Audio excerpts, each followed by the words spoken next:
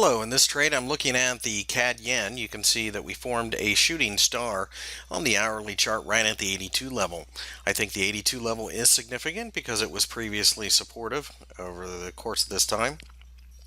And it does look like we are starting to perhaps overextend a little bit. When I look at oil, which has a high correlation to the Canadian dollar, it is rising. So I don't think this is necessarily an oil play. What I feel is that this is more or less going to be a fear play. Keep in mind that the Japanese yen is often bought in times of fear, and it looks like we could get a little bit of a drop. I'm going to go ahead and place a trade. Um, I'm going to go ahead and sell at market. I'm going to put a stop loss at 82.15 just to be on the safe side. And I'm going to put a take profit somewhere a little bit lower, maybe closer to 81 um, at this point. I may move that lower given enough time. So you can see I'm in the market. We'll see how I do. But I think at the very least, we'll probably go down to about 81.40. That'd be 40 pips.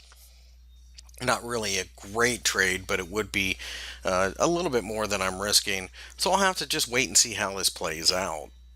Okay, so as this trade went further, we had exit polls, or shouldn't even say exit polls, but private research exit polls suggesting that perhaps the UK was going to stay in the EU on the referendum, and that caused a bit of a risk-on move. You can see that the Canadian dollar did jump against the Japanese yen, unfortunately taking me out of the market.